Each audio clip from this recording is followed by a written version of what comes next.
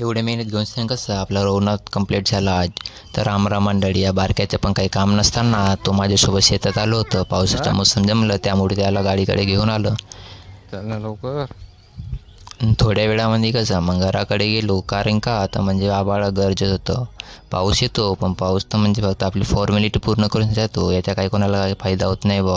मग दुसऱ्या दिवशी उठून सर लवकर शेतात आलं का आता म्हणजे आपल्याला चिखल मारणे होते आणि बाया येणार होत्या. पटाक्षे चिखल मारलं आणि बाया आल्या, बायाने रोवणं चालू केलं.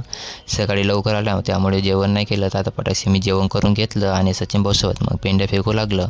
मग थोड्या वेळामध्ये कसं गाईला चारा टाकासाठी मग आपण घरी आलं आणि घरी आल्यानंतर काय पोरांच्या बोलतात काय विषय चालू होतं, ऐका तुम्हीच. नंतर मग शेतात गेल्यानंतर काय विषय आपला तोपर्यंत संपला होता. तर का आज बरं वाटलं बुवा. एवढी मेहनत करून सांग या पाण्यासाठी धावपळ केलं आणि एक्स्ट्रा पाणी कसं पप्पानी काढून घेतलं. भेटू मग आपण नेक्स्ट ब्लॉगमध्ये.